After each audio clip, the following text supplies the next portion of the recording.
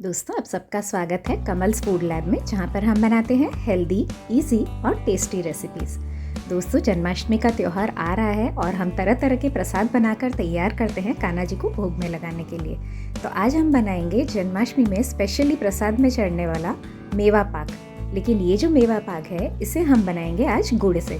पिछले साल मैंने मिश्री से बनाकर इस मेवा पाक की रेसिपी को डाला था। इस बार इसे हम गुड़ से बनाकर तैयार करेंगे। बहुत ही बढ़िया ये बनकर तैयार हुआ है दोस्तों। तो चलिए देखते हैं इसे कैसे बनाना है।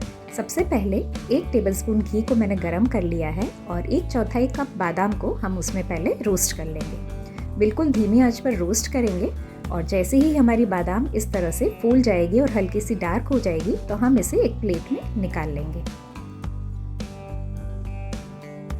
बाकी का जो घी बचा हुआ है उसी में हम ऐड कर देंगे 1/4 कप काजू और इसे भी बिल्कुल धीमी आंच पर गोल्डन होने तक भून लेंगे। हमारे काजू गोल्डन हो चुके हैं तो इन्हें भी हम एक प्लेट में निकाल लेंगे। दोस्तों, ये जो मेवा पाक है ये बहुत ही कम घी में बनकर तैयार हो जाता है।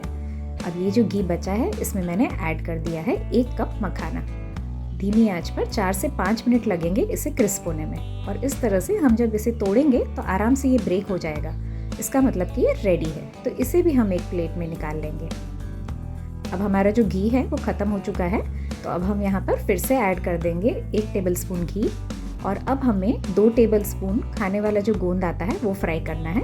तो यहाँ पर मैंने पहले 1 टेबलस्पून गोंद डाल दिया है और धीमी आंच पर इसे मैं एकदम बढ़िया से फ्राई करूँगी जब तक कि ये एकदम पॉपकॉर्न की तरह फूल नहीं जाता है। एक एक दाना इसका फूल जाना चाहिए, इसलिए हमें ध्यान रखना है कि बिल्कुल धीमी आंच पर हम इसे सेकेंगे, क्योंकि अगर आपने इसे तेज आंच पर सेका तो ये ऊपर से तो फूल जाएगा लेकिन अंदर से ये कड़क रह जाएगा और फिर दांत में चिपकेगा।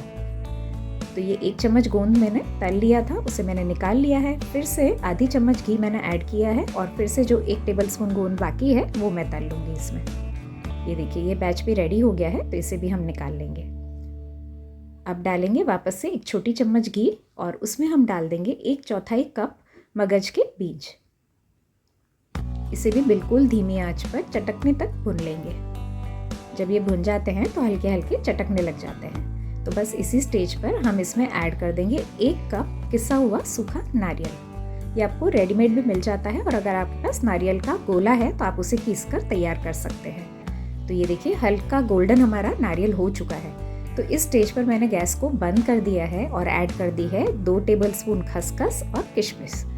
1 मिनट के लिए हम इसे भून लेंगे। हमारे जो बर्तन है वो अभी भी गर्म है तो ये चीज़ें भुन जाएंगी आराम से। बस अब इसे हम निकाल लेंगे एक बड़े से बोल में। और जो ड्राई फ्रूट्स को हमने घी में रोस्ट करके तैयार किया था, उन सभी ड्राई फ्रूट्स को हम मिक्सर में एक एक करके थोड़े से दरदरे पीस कर तैयार कर लेंगे। तो सबसे पहले मैं डाल रही हूँ काजू और बादाम और इसे हम पल्स मोड पर पीसेंगे ताकि एकदम महीन चूरा ना हो जाए इसका। तो ये रेडी हो गया है, इसे हम ऐड कर देंगे नारियल वाले मिश्रण में। अब मखाने को ऐड कर देंगे और इसे भी ऑन ऑफ करते हुए थोड़ा दरदरा सा पीस कर तैयार कर लेंगे। ये भी रेडी हो गया है तो इसे भी हम ट्रांसफ़र कर देंगे इस बोल में। अब जो हमारा फ्राई किया हुआ गोंद है, इसे आप इस तरह से कटोरी के पीछे से इसे क्रश करेंगे ना तो ये एकदम अच्छी तरह से पाउडर हो जाता है। अगर गोंद अच्छी तरह से फ्राई हुआ है तो इसे आराम से आप इस तरह से क्रश कर पाएंगे। ये देखिए, एकदम बढ़िया पाउडर बन चुका है गोंद का। तो इसे भी हम ऐड कर देंगे हमारे बाकी के मिश्रण में। दोस्तों, ये सभी चीज़ें बहुत गुणकारी होती है और बारिश में और सर्दियों की सीज़न में आप इस मेवा पाक को ज़रूर खाएं। इससे आपकी इम्यूनिटी भी बढ़ती है और ताकत भी आती है शरीर में। तो यहाँ पर एक मोल्ड को मैंने ग्रीस कर लिया है घी से और फिर हम आगे का प्रोसेस करेंगे। तो यहाँ पर फिर से मैंने 1 टेबलस्पून घी डाल दिया है इस बर्तन में और यहाँ पर मैंने देसी गुड़ लिया है, जो ऑर्गेनिक गुड़ आता है, 3/4 कप। आप दूसरा कोई भी गुड़ यूज़ कर सकते हैं लेकिन उसे आप कीस कर डालें तो ये इजीली घी में पिघल जाएगा।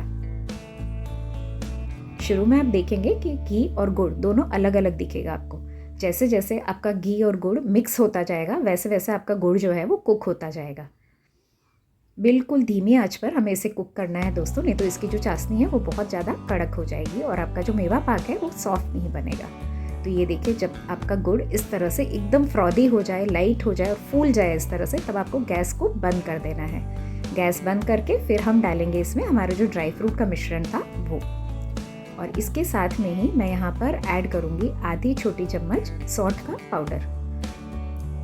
यहाँ पर आप चाहें तो इलायची का पाउडर भी ऐड कर सकते हैं। और फिर अच्छी तरह से गुड़ को और ड्राई फ्रूट्स को हम मिक्स कर देंगे। गैस को मैंने बंद ही रखा हुआ है, अगर ज़रूरत पड़ेगी तो हम आगे चालू करके इसे कुक करेंगे।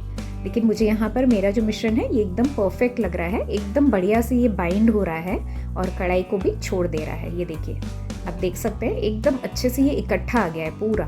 और आप इस तरह से एक छोटा सा बॉल बनाकर भी चेक कर सकते हैं। अगर ये इजीली बन रहा है, इसका मतलब आपका जो मिश्रण है ये एकदम रेडी है, आपको इसे आगे पकाने की ज़रूरत नहीं है। तो इसे मैं ट्रांसफ़र कर दूंगी इस मोल्ड में और फिर इसे हम लेवल कर लेंगे मिठाई को जमाने के लिए। आप चाहें तो स्पैचुला से इस तरह लेवल कर सकते हैं या फिर एक कटोरी में पीछे के हिस्से में घी लगाकर इसे दबाकर भी एकदम बढ़िया से फ्लैट कर सकते हैं। ये देखिए, इस तरह से आप दबा देंगे तो एकदम बढ़िया हमारी जो मिठाई है वो सेट हो जाएगी। अब थोड़ी सी पिस्ता की कतरनें मैं डाल रही हूँ ऊपर डेकोरेशन के लिए, और कुछ बादाम के टुकड़े मैं डेकोरेशन के लिए यूज़ कर लूँगी। यहाँ पर आप चाहें तो ऊपर से खसखस भी छींट सकते हैं या ऐसे भी रहने दे सकते हैं। इसे हम भगवान को भोग में चढ़ाने वाले हैं तो दिखने में भी सुंदर दिखना चाहिए, इसलिए मैंने इस तरह से इसे डेकोरेट कर दिया है। थोड़ा सा ऊपर से प्रेस कर देंगे ताकि हमारे जो ड्राई फ्रूट्स है वो सेट हो जाए अच्छी तरह से। 15 से 20 मिनट हो चुके हैं, तो अब हम इस तरह से कट्स लगा लेंगे। आप चाहें तो इसे रेक्टेंगल में कट कर सकते हैं, आप चाहें तो स्क्वायर्स में कट कर सकते हैं, अपनी मर्जी से कैसे भी इसके पीसेस करके रेडी कर सकते हैं। तो मैं यहाँ पर इसे छोटे छोटे स्क्वायर्स में कट कर रही हूँ। इस वक्त हम केवल कट्स लगाकर इसे छोड़ देंगे। जब ये पूरी तरह से ठंडा हो जाएगा उसके बाद ये एकदम आसानी से निकल आता है। तो 2 घंटे हो गए हैं और हमारा जो मेवा पाक है वो एकदम बढ़िया से ठंडा हो चुका है। तो ये देखिए एकदम आराम से ये नीचे से निकल आता है और बहुत ही बढ़िया ये बनकर तैयार हुआ है। आप देख सकते हैं हमने जो दरदरे ड्राई फ्रूट्स रखे थे इसमें दिख रहे हैं सारे पीसेस, और बहुत ही बढ़िया ये बनकर तैयार हुआ है। तो दोस्तों, इस जन्माष्टमी पर आप भी ज़रूर ट्राई करें इस हेल्दी से गुड़ मेवा पाक की रेसिपी को और अपने कान्हा जी को भोग चढ़ाएं। ऐसे ही नई नई और इंटरेस्टिंग रेसिपीज़ के लिए मेरे चैनल को ज़रूर सब्सक्राइब कर दें।